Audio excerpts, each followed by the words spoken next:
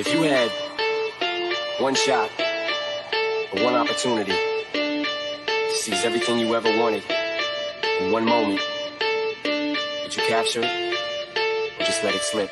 Yo. His palms are sweaty, knees weak, arms are heavy. There's vomit on his sweater already. Mom's spaghetti, he's nervous, but on the surface he looks calm and ready to drop bombs. But he keeps on forgetting what he wrote down. The whole crowd goes so loud, he opens his mouth, but the words won't come out. He's choking how? Everybody's choking now. The clock's run out, time's up, over, loud. Snap back to reality. Oh, there goes gravity. Oh, there goes gravity. Choke. He's so mad, but he won't give up. Daddies, he know he won't have it. He knows his whole back to these ropes. It don't matter, he's dope. He knows that, but he's broke. He's so stacked that he knows when he goes back to this mobile home, that's when it's back to the lab again, yo. This old rhapsody better go back to this moment and hope it don't pass him. Listen, we can talk about the flag, but let's talk about the team. Wait.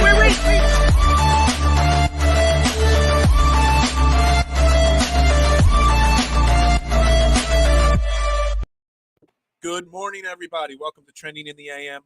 Right here, DSM Media. It's Friday. Normally Football Friday, but it's the day after the NBA draft, so we are going to turn Football Friday into NBA Draft Recap Friday. We're live, Facebook, Twitter, Twitch, YouTube. You know the drill. Like this video. Follow us on all social media platforms. And if you're on YouTube, the like, thumbs up button, and the subscribe button, please click them. If you're on another platform, head over to the YouTube page. Best place to get involved with the show. Questions, comments, thoughts on a very successful draft night, in my opinion, for the Philadelphia 76ers. I am your host, Phil Stifle, at Bearded Knowledge on Twitter. Joining me again this morning, my man, 1 year and 1 day older now, Jason Voorhees, at Mustang3651. Good morning, Jason. How you doing today? Doing all right. I'm a little stuffed after that dinner last night, but good night out last night. You know, PJ Wheelahan's wings and burgers. You can never go wrong right there. Absolutely. So, again, we got lots to talk about. Like I said, NBA draft. We will get into the Phillies and the Ranger Suarez looking like that top 5 pitcher like everybody was joking he was last night. But we got lots to talk about. Yes, Melton is signed through 2024. You got to love that. Good morning, Cole. How you doing? So, Daryl Morey last night continues, and we made the show. Look, I'm a very harsh on Daryl Morey guy. You know, he's never won or built a championship team. Always very harsh on him. But last night's move, D'Anthony Melton. We traded the 23rd pick and Danny Green for D'Anthony Melton, Memphis Grizzlies, a guard. It's just another move, not on any reporter's radar, not on Wojnarowski's radar, not on any insiders, not even Vin Frost or whatever his name is. Not even Vin was in on the Melton joke or the trade. It just continues to show that Daryl Morey is playing chess while a lot of other GMs are playing checkers. Now, it doesn't mean he wins all the time, but everybody's talking about Eric Gordon. And you know what? Gordon still may be in play. But he goes out there and trades Danny Green, who might never play basketball again. He's going to try, but he might not ever play basketball again. The 23rd pick, which wouldn't have helped us this year, for a 24-year-old guard that shoots lights out, from deep, plays great defense, can basically run our second unit, which was our biggest flaw, and it saves us $1.5 million in salary in cap space, where we're still over the cap, but it gives us the ability to make more maneuvers throughout free agency. So it checks all the boxes, fixes the bench, fixes. We were talking about Gordon and Tucker and how why is Daryl Morey only targeting these old guys? Well, it fixes that. He's under control this year, and he's got a team option for next year, very cheap friendly. So he's under contract for 2 years. Check there. You get salary cap relief. Check there. I mean, and the best part of it is one of your other major trade assets, Matisse Thybulle, is still on the table. So initial thoughts, Jason. Is Daryl Morey just way smarter than I give him credit for on a daily basis on this show? I mean, you're not the only one that's bashed Daryl Morey. I mean, I could go for some pizza too. I've bashed Daryl Morey a lot too myself. I've bashed Howie Roseman. I've bashed every single GM in this town. I mean, that's what we do. Let's face it. We're kind of like the what's the word? We're the talking. We're the voice of the fan. You know what I mean? So we're gonna go at these guys. But at the end of the day, you got to look at what was the Sixers' biggest issues coming out of last year. And in my opinion, their biggest issues were they're unathletic as a team. Right. I mean, you have, Tyrese Maxey's athletic, but he's pretty much the only one. And your bench was piss poor. You didn't have anybody that could defend on the perimeter, and you still need a better shooter. Well, that I don't know much about the player, but I did go back and I watched a couple videos, like YouTube videos of some games and video footage. And I mean, this guy's athletic. You can see it right. That's the thing that I saw right away when I watched the guy. And then all of a sudden I'm seeing him shoot all these threes with making it look like I thought Steph Curry was back there. I mean, I know right, that's a reach. We're not getting Steph Curry. Come on now. But no. Honestly, I look at it and I say, who were we going to get at the 23rd pick? And I really didn't see any players on the board that were going to come in and make this team better this year right off the bat. Because I looked at when we drafted Tyrese Maxey, he did virtually nothing the first year. And a lot of that's, and I'm not blaming Doc saying he doesn't develop guys, but he doesn't really go. He doesn't allow rookies to kind of make it. He doesn't let rookies be part of his. He doesn't trust rookies as part of his rotation. Correct, and that's big. So, and this is a guy. Which, on a side note, we kept making fun of Morey that all he wants to do is bring in Houston. He did draft this guy when he was in Houston. He was originally a draft pick of Daryl Morey and the Houston Rockets. So it kind of fits into that narrative. But here's some my man, Mr. Crockpot, over the painted lines. He's got some stats. So, yeah, Melton kind of dropped a little bit in his three-point percentage last year. He was still 37% from deep. But from corner threes in his 4-year career, which basically you're taking Danny Green off, you're putting Melton in. Different position, different player to an extent. But Danny Green he would sit in the corner and shoot the corner three all the time. That was part of Glenn Rivers' system and his scheme. He likes to get a guy that could shoot in the corner, Harden drives, kick out, and Embiid down low in the post, kick out when he gets double teamed. In his career, now my mouse is messing up here. In his career, he is 45.4% from corner threes. That is phenomenal right there, okay? He had the second highest steal percentage in the NBA last year. So if you do move Matisse now in a secondary ancillary move, which is still a possibility, he was second in steal position, or second in steal percentage last year at 3%. 5.6 net rating, and the Grizzlies, when he was on the court, were a plus 16 the whole season with DeAnthony. I want to say DeAndre, but it's DeAnthony Melton. So there's some more of those. There's some more of those deeper stats on him, on who he is. And again, look, I don't think this rules out Eric Gordon. What I think this does is it makes, if they do go get Eric Gordon, much more manageable because now you've got some youth and some experience. I think the telling thing here is, and I'm going to bring in the James Harden trade to an extent. Daryl Morey might keep trying to get the same type of players over and over again. But Daryl Morey puts his foot down, says, this is what I'm willing to trade for this player, and this is what I'm willing to trade for that player. James Harden, the Nets, they wanted Tyrese Maxey. Everybody wanted he would not trade him. He got the trade that he wanted at his price. He wanted Eric Gordon. They probably wanted Danny Green and Matisse or whatever they wanted for Eric Gordon. He wasn't taking it. So he moved to the next best thing, almost a better thing, and was able to get a player for Danny Green. And that's, if you look at all the trades, I mean, the trade when he got Danny Green a few years ago, he was able to pull off trades for Danny Green, and Seth Curry for basically Josh Richardson and Al Horford. When he has his mind set up, he sticks to his gun. He does not, at least in these last 4 or 5 trades he's made, he does not overspend. He sets his boundaries, and if you don't like my boundaries, it was the same way when we tried to get James Harden 1 year sooner instead from Houston. He set his boundaries.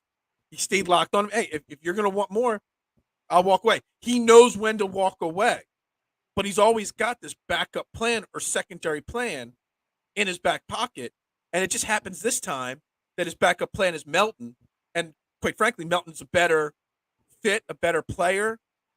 Honestly, at this point of his career, he's a better player than Eric Gordon. He really is. And then you free up the cap space, so if you still want PJ Tucker, you've got that extra $1.5 million there to play with now in a PJ Tucker deal. So I think Daryl Morey, I'm going to give him a hard time still and constantly because he hasn't won a title. But I think he's showing on paper he's a very smart executive, and he knows the boundaries of what he wants to do, and he sticks within them. Well, the funny thing is you and I, right before he actually made the trade, we're basically saying if Daryl Morey doesn't do something here, the Sixers are screwed. Yeah, I agree. And he came through. So, here we were doubting the guy up till, minutes before they actually made the trade. And then he just pulls it off, and we were like, okay. Nobody saw this guy coming as far as, I didn't hear any reports about Melton. Right. The only thing I saw was a guy that tweeted that you shared from back in 2021 that said he wanted Melton. Mm-hmm. That was crazy, by the way. Yeah, that was kind of out of line there. Yeah, well, I mean, I couldn't, believe that somebody would have this guy on their radar. But the thing that I also look at is, I remember last year during a few of your shows, you were quite animated about the fact that the Sixers, when they didn't have Harden or Embiid on the court, there was nobody to run the offense.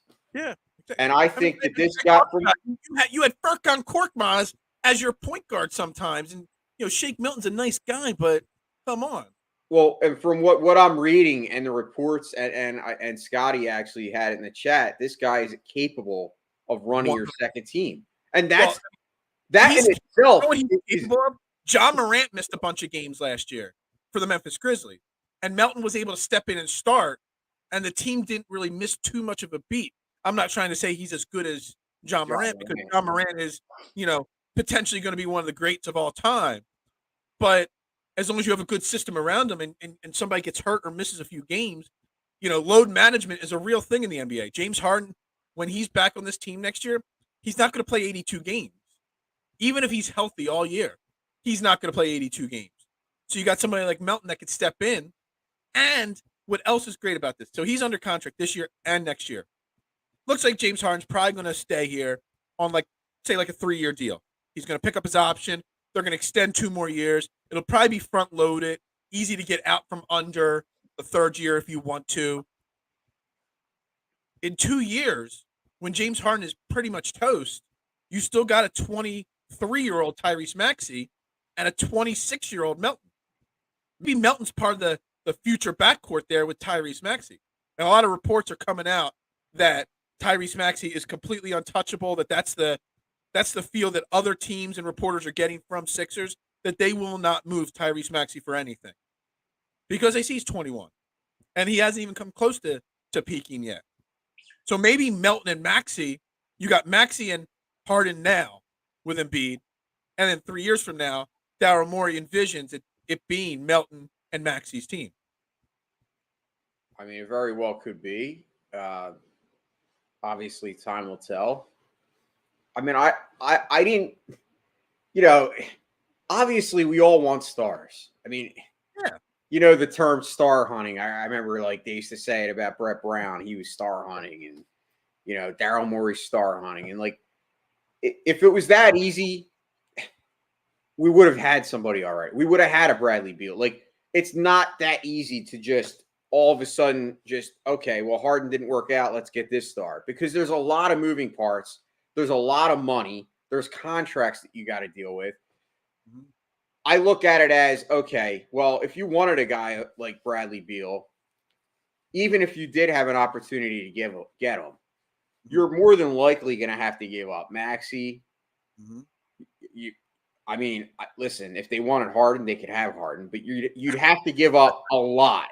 It wouldn't just be Maxey, and you're probably not going to have the capital to get a guy like that, because there's other teams involved that have more capital that could pull that deal off. So you're not going to get that.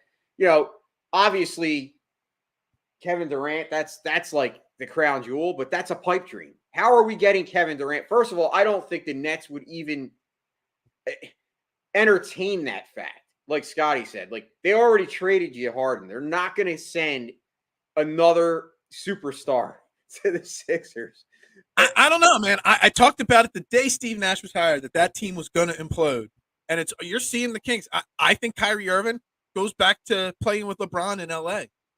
I think that's fine, but I see the Nets potentially completely blowing it up and building around Ben Simmons. It's gonna be the wrong decision, but Durant's unhappy. If Kyrie leaves, Durant isn't staying too. Now, I'm not saying the Sixers are gonna get him, because honestly, to get Kevin Durant in Philly, you're gonna have to give up Tobias, you're gonna have to give up Maxey, you're gonna have to give up a bunch of future draft picks and whatnot. And hell, go for it. If you got a chance to get Kevin Durant, I'll shave my beard for it. I know I said it. I'll do it. I don't care. But I mean, I don't think it's all right. So it's a pipe dream coming to Philly, in my opinion. But I don't think it's a pipe dream that the Nets are going to blow it up. Oh, no. That's not what I meant. I thought you meant the whole thing was like that. There's a real legit chance that the Nets next year don't have either of those stars on their team, in my opinion. Yeah, I was just looking at it from a Sixers perspective. I'm just saying in general, I don't see the team being able to add another star unless they give up a star. I mean, that's how this works. That's the way it works in the NBA. In a perfect world, we'd love to say, oh, let's get somebody and not give up Maxey. I mean, we did it last year. We got Harden without giving up Maxey, but we had other assets. I mean, not that Seth Curry is a star, but he's a good player. And, obviously the Nets, there was a lot more to it than just Harden. We gave up Ben Simmons, because let's not, Ben Simmons is a pain in the ass. We know that. Ben Simmons has got his issues. We know that. Ben Simmons is a star. You know what I mean? When he's motivated to play basketball, which isn't all the time, he's a star. I mean, he can't shoot the ball. He won't shoot the ball, but he does so many other things at such a high level that he is a star. So we did give up a star. Yeah, it's crazy. It's crazy. I almost forgot about that. Like, I wasn't even thinking about that. You're thinking about DeAndre Drummond you forgot we traded Ben Simmons. I completely moved on from him. That's why. Like, as soon as we did it, I don't like to rehash the past as much as some people. But no, but you get my point. The point I'm making is that if you're not going to be able to get a star, what's the second best thing to do? And what did we struggle with mightily? Our bench. And I think we now have one of the best bench players in the NBA. I mean, and who's going to bitch about that? I mean, I might later today, when I have free time, I'm going to go on and see if the NBA future bets are active yet on DraftKings. And if they are, I'm going to be placing a 6 Man of the Year award winning bet on DeAnthony Melton, because Melton, whatever. I'm going to mess up his name a bunch. I want to call him Milton, like Shake Milton. I want to call him DeAndre instead of DeAnthony. I'm going to mess his name up a lot. I'm just going to forewarn everybody. I know this guy wasn't on the radar, but I swore that I remembered hearing a trade rumor last year about Melton. I don't know if it's the same Melton.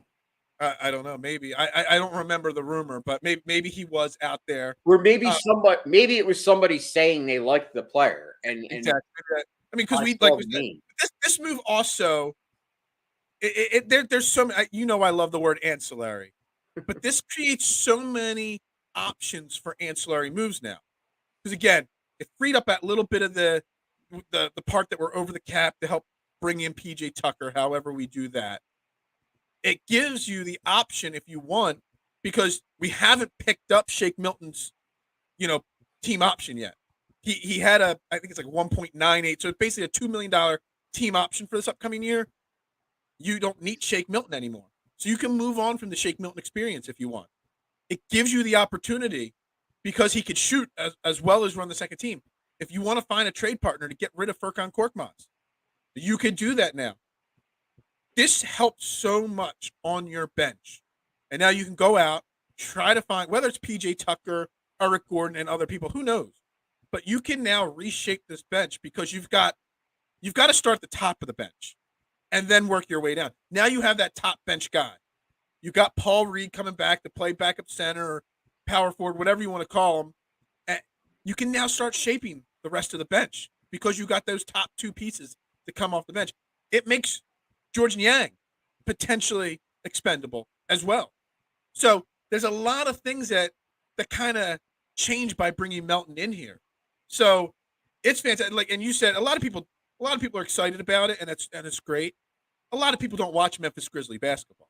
So, I mean, I probably watch more than most just because I'm a Ja Morant fan.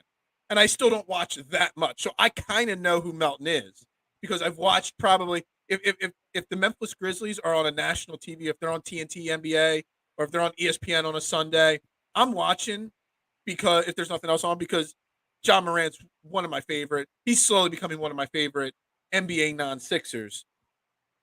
So I've seen the guy play and I know what he was capable of. But, you know, it's an exciting day because Daryl Morey didn't screw it. Would we be as excited right now? And I think this is a really interesting question. Would we be having the same positive conversation if it was the same exact trade but Eric Gordon? I don't think so. I mean, we might not be negative, but we definitely wouldn't be this positive, in my opinion.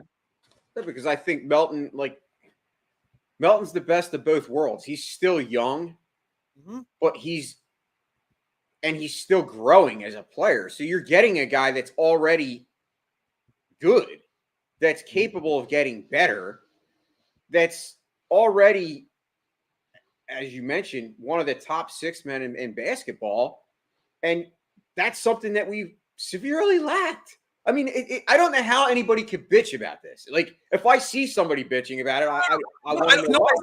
I'm trying to look at it the other way. If that wasn't the move, if it was Eric Gordon, would we be even remotely positive? And I don't, like, we might not be sitting here bashing the move if Eric Gordon was, because Eric Gordon would improve. Well, a lot of people wanted Eric Gordon, though, so I don't know if it necessarily maybe. I wanted Eric Gordon 4 years ago. Eric Gordon is one of those guys, and all Philadelphia sports teams have him.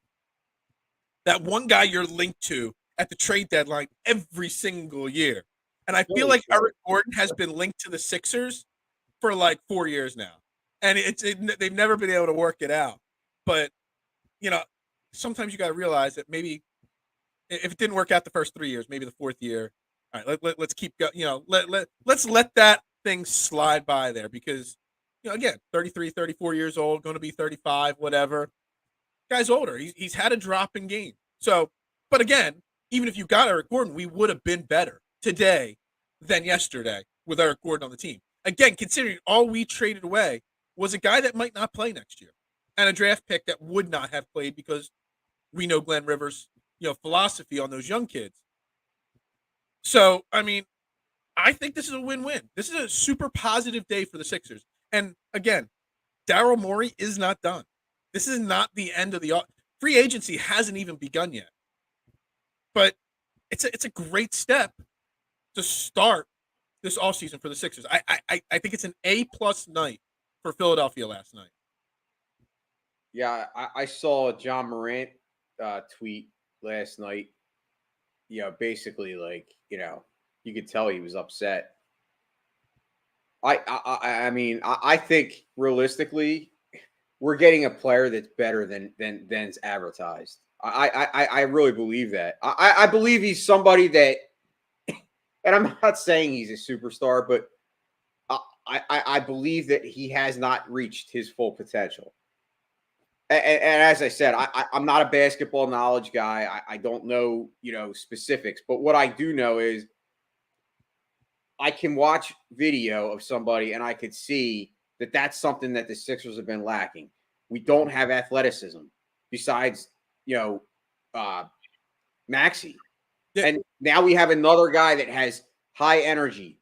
You start putting some of that around Embiid, now all of a sudden, maybe, just maybe, this team doesn't have that problem where they go into those lulls that we complain about.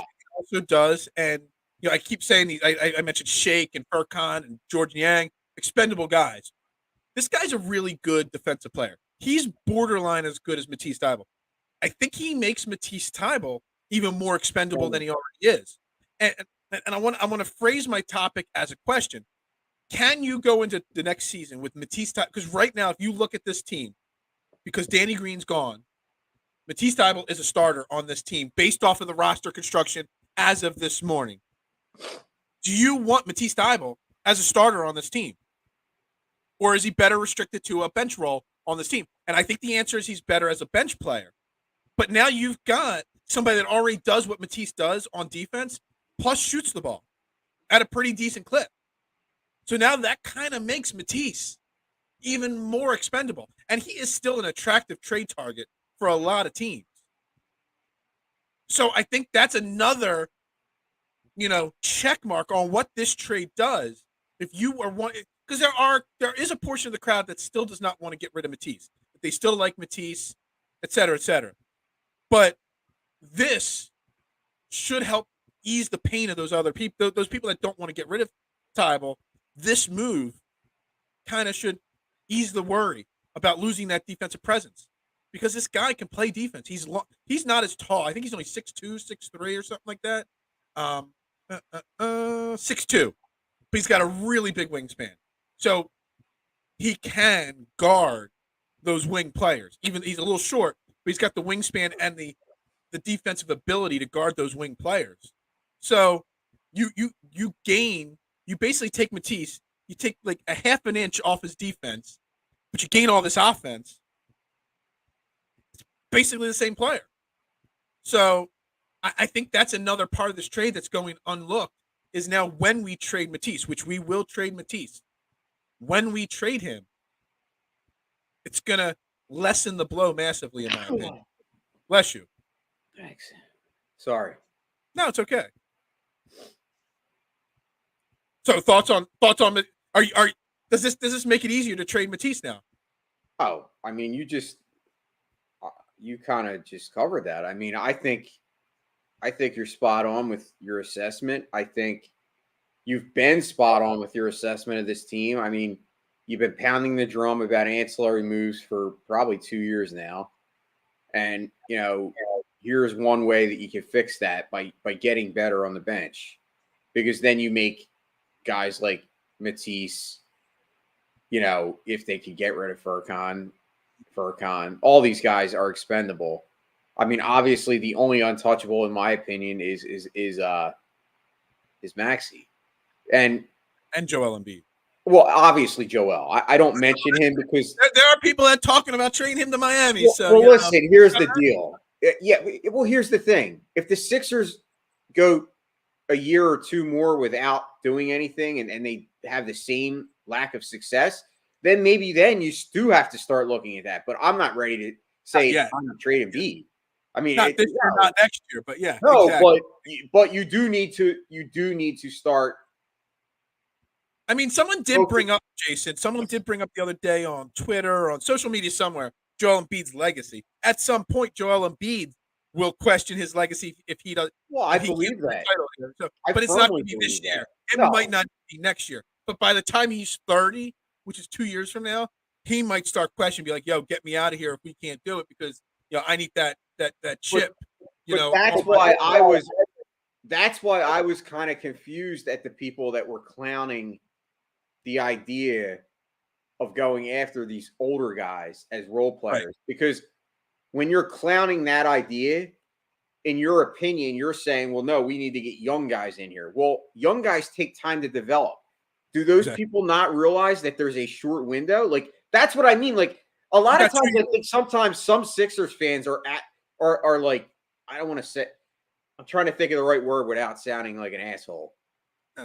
Just say it. Sound like an asshole. Delusional. That's the word. Delusional. Like, okay, Joel has 2 years. You just argued that point. But now you're saying you want to get young guys. Well, that's like counterproductive. I don't know. I just a thought. So it was a positive night. So I want to move on to some other NBA draft topics and NBA things in general. Senile. Casey's saying the word you're looking for is senile. So first and foremost, I want to talk about, for like 2 seconds, the dumbest rule in all of sports. Every sport's got illegal tampering going on. Every sport's got their different things. But in the NBA, they will announce you are getting traded to another team, but still make you go up to the podium and put the team's hat that drafted you and traded you on.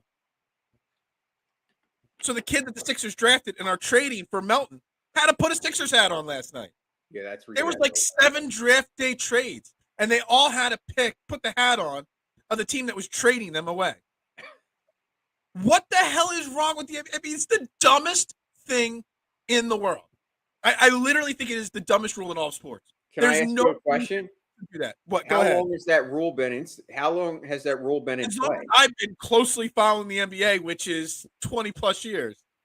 I don't think there's been in years past, 20 years ago, there might not have been as many draft day trades happening.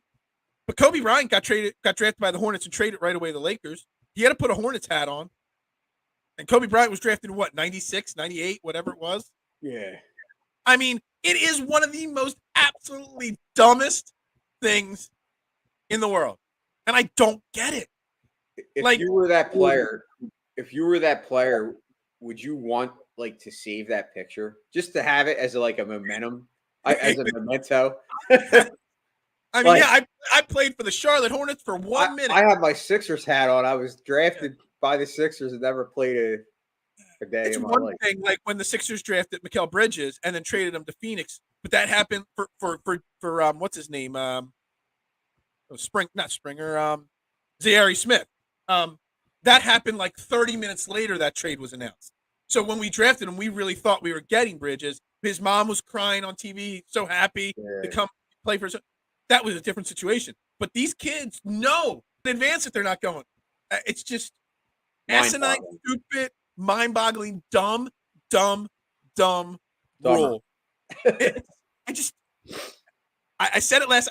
I literally have to go into this tirade every single year because every single year this happens, and it just boggles my mind. It irritates you. Phil is irritating. It grinds my gears really bad. So that was one thing from draft night. Another thing from draft night. You had 2 teams that had really great nights last night outside of Philly. Detroit and Oklahoma City. And we'll get into what they did in a minute. But I want to talk for a few minutes because, it's something that really, it also grinds my gears a lot.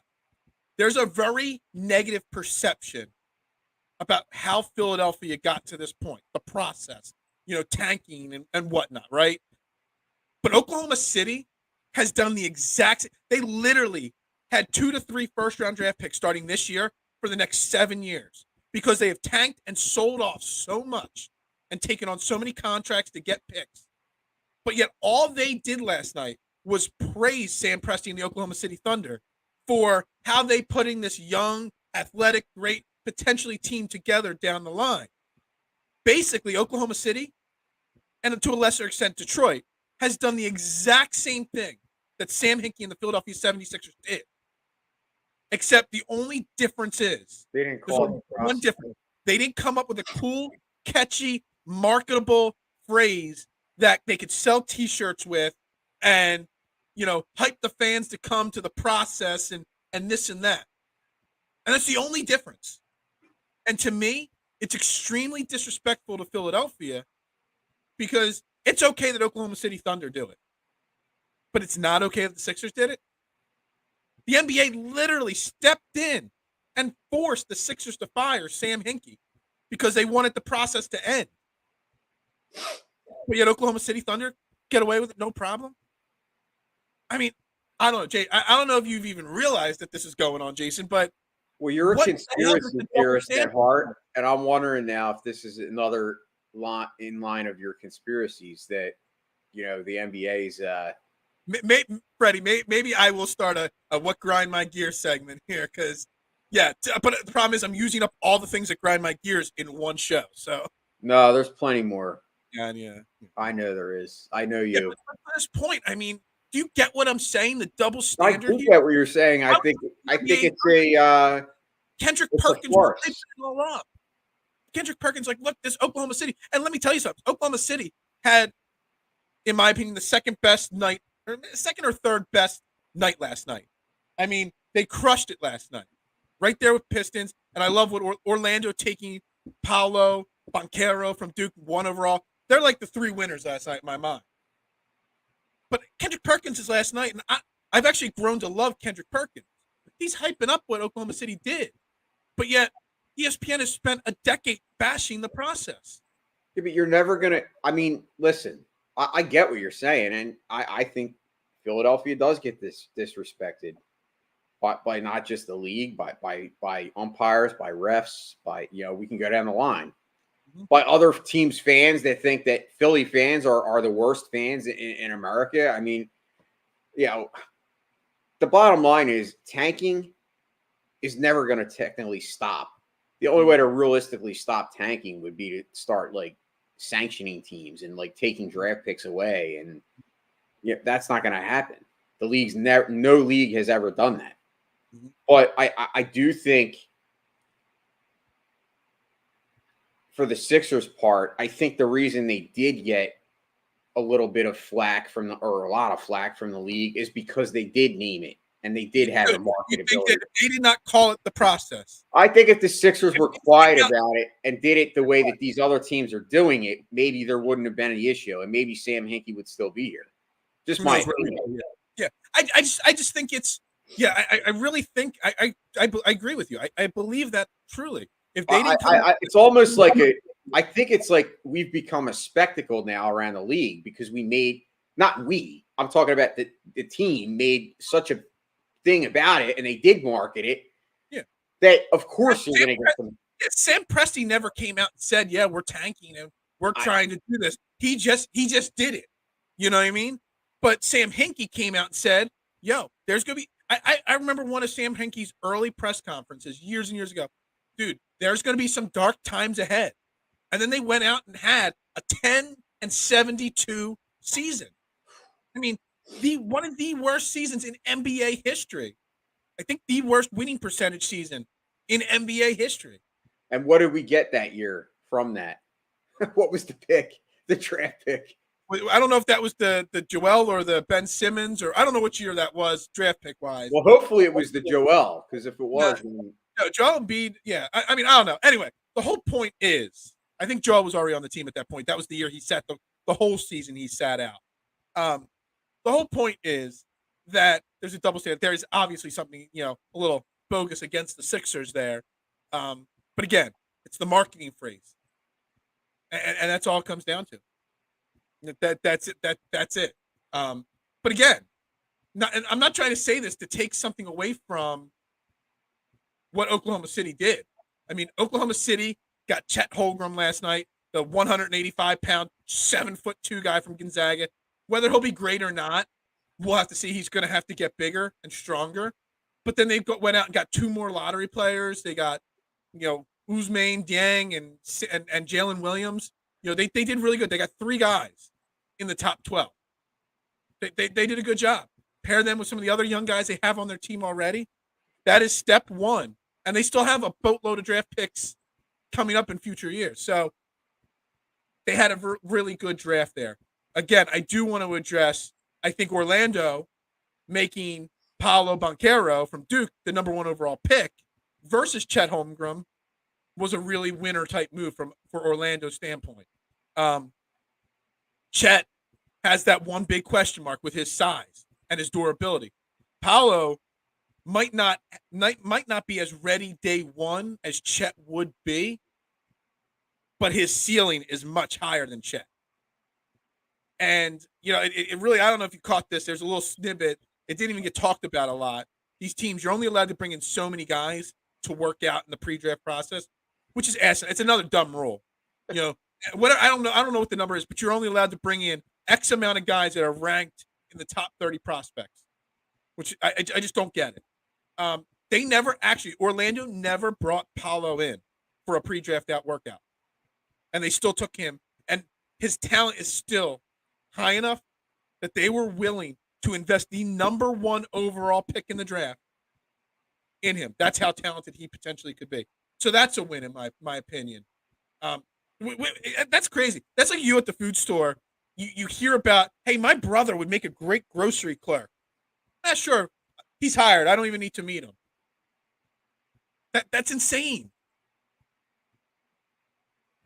Insane that they didn't meet him and they invested that pick in him. Yeah, that's how talented he could be. The other big winner last night was Detroit. Detroit made some.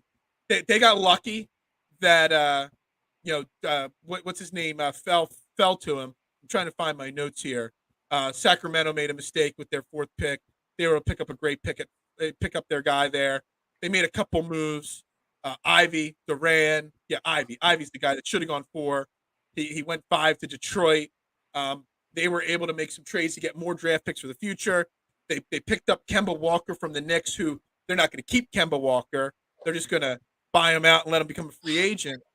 But Detroit, and look, Jason Sullivan, my other Jason, texted me all night how pumped he was. Detroit Drew, one of my great guys in the golf podcasting world as well, huge Detroit guy, super pumped. Josh Gamble, yes, his last name is Gamble, good friend of mine up there in Detroit as well, super pumped on social media about the night. Detroit basketball fans are super pumped on how they went last night. Everything went for them. And add them to Cade Cunningham, their number 1 overall pick from last year. They're building something in Detroit. And there's a legit chance that Detroit is that top 10 in the draft this year that makes the playoffs next year. That's how good of a night they had. They're not going to make like the 6th or 7th seed or anything like that. But the 9th, 10th playing games, they might have done enough that if they could put it together this offseason workout-wise, they're going to scare some teams next year. So, Detroit, hats off to them. Now, I do want to go, because I want to spend a few minutes on the Phillies as well here today. But I do want to mention the loser in the draft last night, and that's the New York Knicks. Because we've seen it a few times in the past when superstars may become available, or there are superstars that are going to be available in free agent. If there's one superstar available, or 2 superstars available, and 6 teams clear out all this cap space to try to target them, then you miss, then you end up screwing up your team. So they traded away Kemba Walker. They traded away multiple draft picks. Kemba Walker might be washed, so that's beside the point. But they made their night all centered around clearing as much cap space out to go after Jalen Brunson from Dallas. But there's going to be like 5 teams that want Jalen Brunson. And Dallas hasn't said no to bringing Jalen Brunson back. And when you stay with your team, instead of going to another team, the contracts are bigger. So the New York Knicks basically put all their eggs in the basket of trying to lure Jalen Brunson to New York. But if they fail and can't get him, they have just basically set their franchise back 5 years. And it's a philosophy that a lot of teams have done. It happened during the LeBron, Chris Bosh, Dwayne Wade free agency when they all went to Miami. Boatloads of teams cleared out cap space because they all wanted Bosh, Wade, LeBron, but they all went to one team instead. Then I think it was the Bulls. I forget what other team. There were 3 or 4 teams that were all trying to make a run at just one of these guys. They failed, and they were all set back. So the Knicks may have screwed up really bad last night. I don't know. I know you don't follow basketball purists like I do, but the thought process of putting all your eggs into one basket like that, knowing that if you fail, you're screwed for a long time. Doesn't seem like smart business. No, it's not having a backup plan. Like Daryl Morey seems to have. He wanted Eric Gordon, couldn't get him. He had a backup plan ready to go. The Knicks are one of those organizations that are just poorly run that never have a backup plan. Well, the Knicks were bad for how long? Yeah, the Knicks have been bad a long time. I mean, I think they had 1 or 2 good years in the late '90s there when what was his name, Houston and did Latrell Sprewell play there too? They had a good run there in the late '90s for a few seasons, but outside of that, after the Patrick Ewing era, which never was able to get over the hump, they've been a bad franchise for a pretty long time. They remind me of like the Jets in the NFL, like the New York, like a big. I would just say more like the New York Mets, where they spend all this money on the wrong player. Now this year the Mets are flipping the script, but they have new ownership and new management there. But the older Mets that the Mets are going to Met and just always make the wrong decisions all the time, and it's going to implode. It's kind of what the Knicks are. The Knicks 2 years ago were the number 4 seed in the playoffs. Last year they missed the playoffs in one quick year because they just are so poorly managed in a front office thing, and they failed last night miserably, in my opinion. I couldn't disagree with you. Yeah, absolutely. The one real quick for 3 seconds. I know we talked about it yesterday a little bit, and I was trying to explain it to you last night at dinner. The G League Ignite were winners because that philosophy of, hey, skip college, come play for the G League Ignite to get that pro experience, make a few bucks, et cetera, then go into the draft. So I think it was 3 guys from the G League Ignite got drafted last night. So it just goes to show that process of having that G League team there is working. So I just want to shout out that it's a great idea.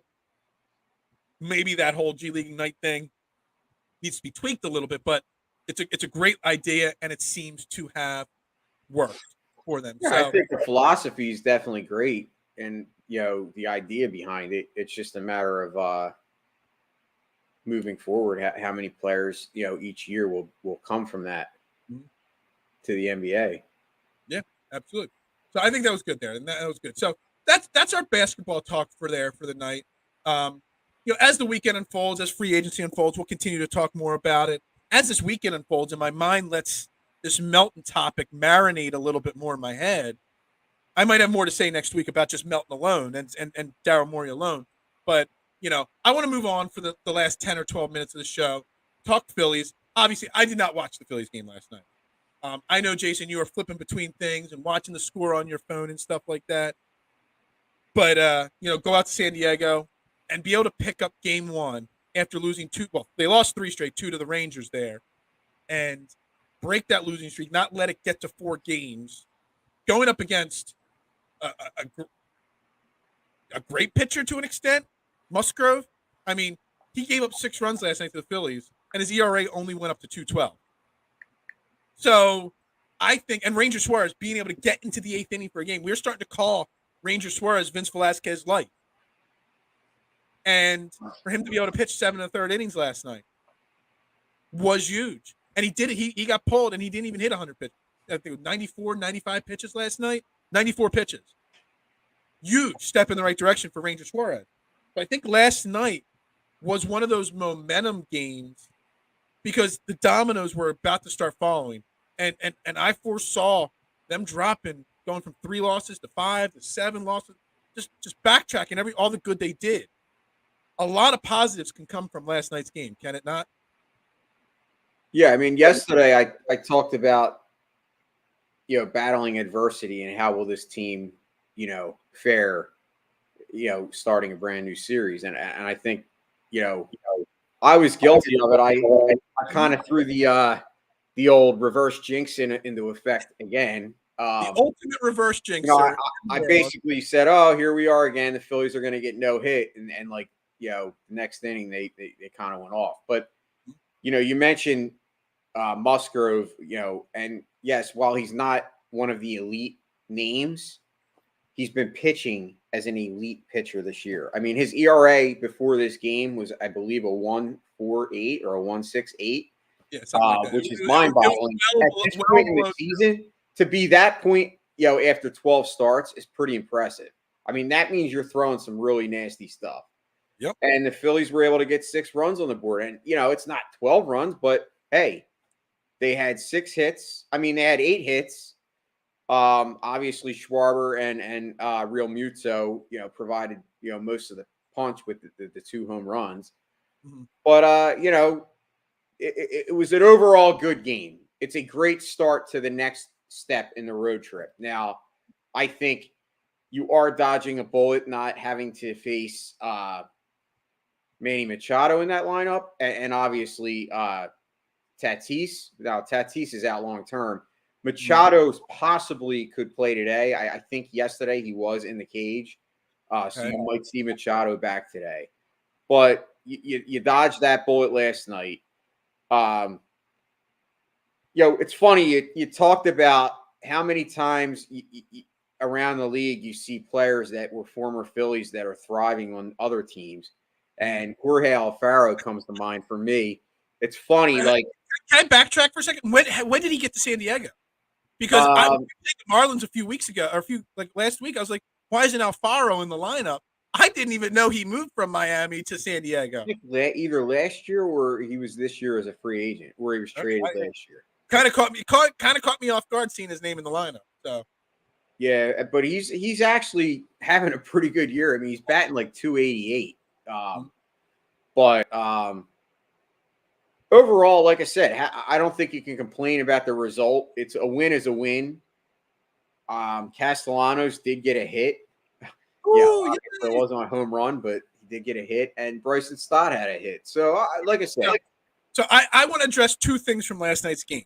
And it's Rob Thompson being an old school manager and letting her out. And I have something else to get to based off of the same topic. I'm not trying to be negative to those people on Facebook that call me out.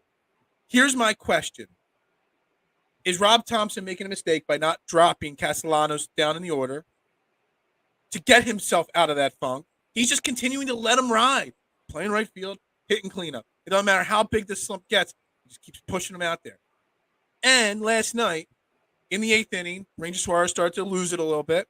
Instead of bringing in one of your relievers, you bring in Sir Anthony Dominguez. So he keeps using Sir Anthony Dominguez in these high-leverage situations, but not the 9th inning, the closer's role. Now, Brad Hand pitched a clean 9th inning last night. It wasn't a save situation, which, in my opinion, 4 outs should be considered a save situation, or 4 runs should be considered a save situation. Or you should give Sir Anthony Dominguez the save for getting him out of that jam in the 8th inning. By not moving Sir Anthony to that 9th inning, but using him for that high leverage situation every single game, whether it's the 5th, 6th, 8th inning, whatever it is that the right move? Or is he just being too old school, Rob Thompson, with these two specific situations? I mean, I got to be honest with you, Phil. The more I, watch around the league, I think you're starting to see an evolution, in the closer role. There's not as many teams that are having that traditional one guy that closes. Mm-hmm. And I think Sir Anthony, while he does profile well as a closer, I don't think it's more so the fact that he's not willing to put him in there as the closer, as opposed to the fact that I think with Sir Anthony, they are still, as a franchise, as an organization, taking their time with him. They don't want him to get injured again. And I know that sounds cliche, like, okay, well, look, he's throwing well, he's back. But I think they're still a little bit leery of having him out there every day as the closer. But what I can say about Sir Anthony is sometimes those high leverage pitchers are your best weapons. And, if that's how he's going to be used and it's successful, that's fine. But you still have to figure out the closer role. If you're not going to use Sir Anthony, then, is it Brad Hand? I don't know. I don't know if Brad Hand's that guy. He was that guy years ago, but maybe you're right that it's evolving, and using your best reliever in the high pressure situation, wherever it is the way to go. But then I kind of think of it in the other sense where, well, what if Brad Hand comes in the 9th inning there and loads the bases or gives up 2 runs? Now you don't have Sir Anthony Dominguez to shut the door at the end of the game. So I get that it might be evolving. I'm just questioning whether what's evolving is the right thing or not. Well, I don't know what the right thing is. I mean, I've been pounding the drum for Sir Anthony for all year. I mean, you know that. You've seen it. Sure. I've tweeted it. But I also am not opposed to the Phillies going out and trading for a closer. I watched, one of the podcasts on DSM, one of our sister pods, with George and Jeremy, the other night, and I asked that same question. I asked them what relievers could the Phillies target at the deadline, and the name that they were very excited about was the guy from Pittsburgh. He's I can't think of his name, but he's 24 years old. He's their closer, and he's a stud. Like, he's become Bednar. That's it, David Bednar. He's a guy that's going to be available and highly coveted. But what would you have to give up to get him? That's the question. And I always teams like Pittsburgh are going to sell. Teams that are bad usually sell their closers. Thing is, selling for buying, in this case, buying an elite closer from somebody. We're not ready to do that yet. Well, I don't know if we have the capital to get it. Even if we'd have to give up. I'm not giving up anything. Like, I still live by the philosophy that the Phillies should just stand pat, because they're not going to win a World Series. They're never going to be completely out of it, and you just roll with what you got, and you get your. This guy's not an elite. It's not like you're getting like a Kenley Jansen. I'm saying this guy's a young, controllable asset. He's 24 years old, so I'm not thinking that you're going to have to give up the farm to get him, but you're probably going to have to give up something. Right. I think you have to look at that. If you're not going to say Sir Anthony's your long-term closer, you need to fix that position. We've been talking about it, how it's been a revolving door for how long. You need to get a closer, regardless. Either it's in-house or you go and trade. But you can't keep doing this nonsense. And I'm not blaming Rob Thompson because he got thrown into this. I mean, this is partially Joe Girardi's fault because – and I also blame, to a certain extent, Dombrowski because he made bad moves. Corey Knebel was not a bad move on the surface. The bad move was bringing him in here and making him your closer. That was the wrong decision. I'm not opposed to Corey Knebel because Corey Knebel has a resume. The guy that I'm really annoyed with is obviously a guy that I wish that they would just cut, Uris Familia, because he's lost it a long time ago. Yeah. I mean, you could talk to Aaron, my partner at Sports and Metal. He'll tell you that he was glad that Familia went away. I mean, he's just past his prime. He's not what he was. Well, so we got 3 more games against the Padres. Can we go 1-2? And then that means split. I think we'll go 2-1. Well, that's really positive. That's good. I say probably 1-2, because I think a 2-2 record against the Padres in a 4-game set in San Diego is a big deal. And you being ultra positive, me being what some would call negative. My final point before we wrap this show up, dude, I got into it on Facebook because I shared this show out. After the show's over, I go on Facebook, I post the YouTube link, and depending on what topics we're covering, anywhere from 40 to 70 Facebook groups to try to help us grow this podcast. And everybody watching, thank you. Continue to share it out for me. Subscribe on YouTube, all that stuff. The more people that watch it, the less of that I have to do. But some guy called me the most negative Nancy Philly fan because what I do is I post what the show's about in the form of questions. But he thought I was being negative about the Phillies because they lost to it. No, I just post questions. Is this good enough? Is this bad or whatnot? Just because you're critical of your team does not make you negative. Just because you want better does not make you negative. Just because and this is my answer to him, just because I'm a realist, because that's what I am. I'm a realist. I look at it and I see it in black and white. This team is not good enough to win. This guy's trying to tell me they're going to win the division. They're going to make the playoffs. They're going to make a deep run.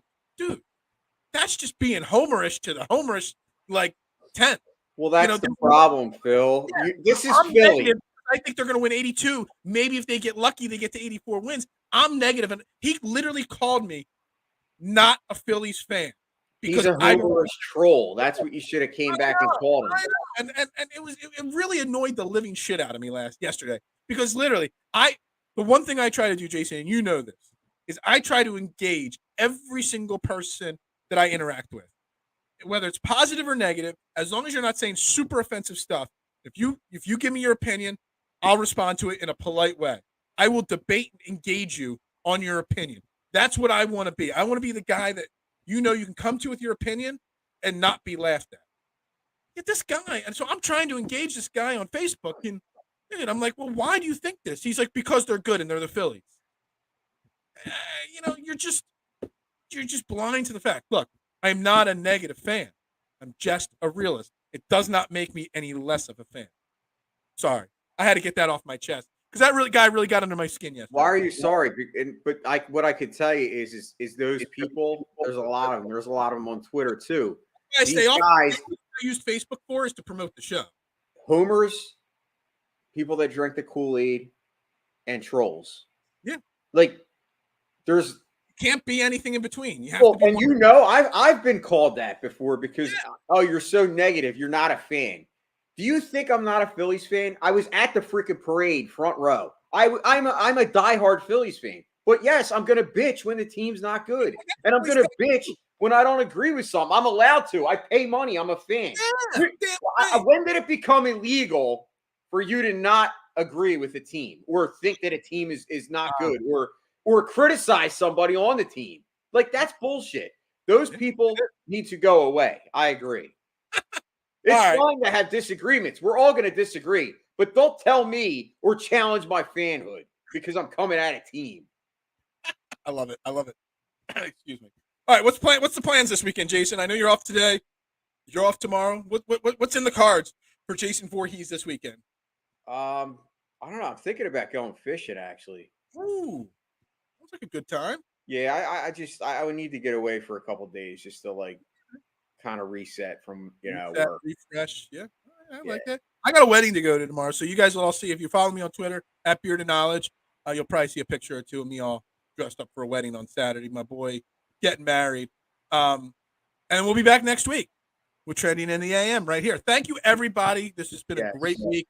Lots of great engagement. Lots of great viewership. We're growing this brand. Thank you, everybody. It's come on the show. Scotty, Cole, Jason, Mark. It's been a great week. Greatly appreciate everybody's support. Everybody have a great weekend. It's going to be a beautiful weekend. Is it going to be Ring the Bell or is it going to be something for the Sixers? I don't know. But, dude, everybody have a great weekend. And, yeah, we'll just say Ring the Bell, baby.